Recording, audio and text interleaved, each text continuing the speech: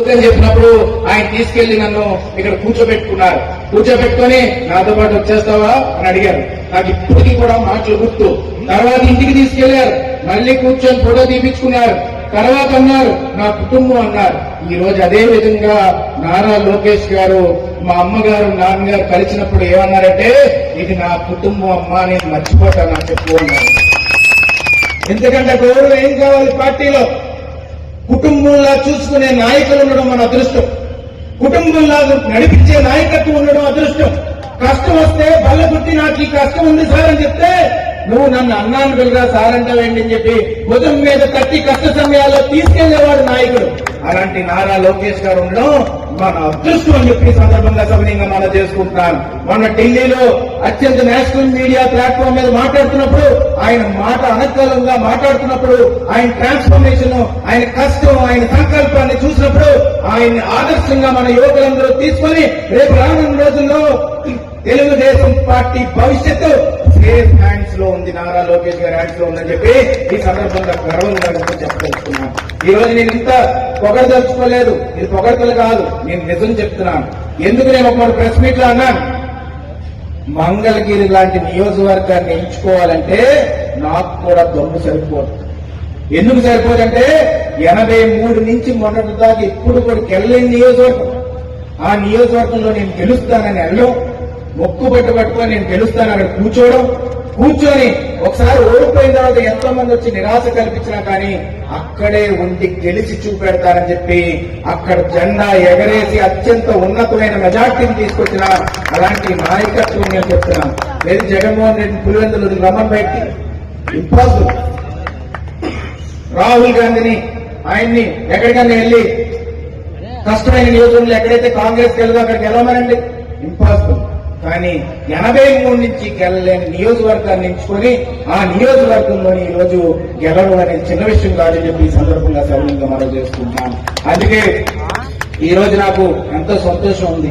ఏంటంటే ఒకటి, అయ్యన్న పాత్రుడు గారు ఆశయాన్ని ఏదైతే ముందుకు తీసుకెళ్లాలనుకున్నారో అది తీసుకెళ్లడం జరిగింది.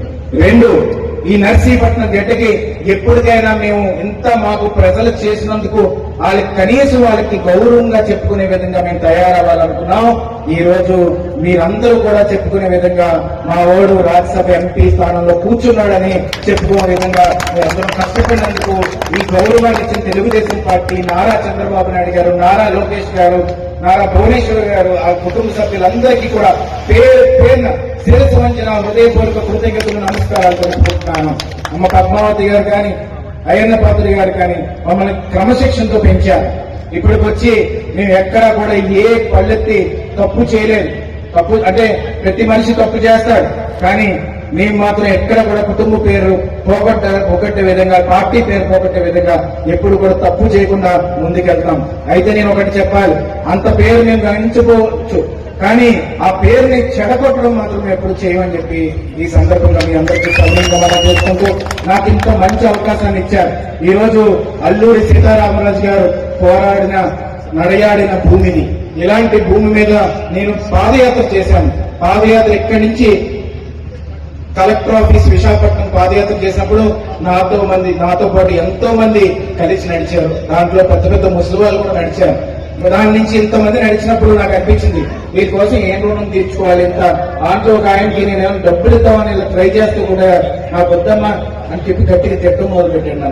అంటే ఎంత గౌరవం ఉండకపోతే వాళ్ళు పార్టీ మీద కానీ మా మీద కానీ ఈ విధంగా త్యాగాలు చేసి ముందుకెళ్తారు. అరెస్టులు చేసినప్పుడు కూడా మేము ఎప్పుడు కూడా ఉదయం 3:30కి ఆ తుప్పల్లో పావులు ఉంటాయని కూడా తెలుసు అందరికీ.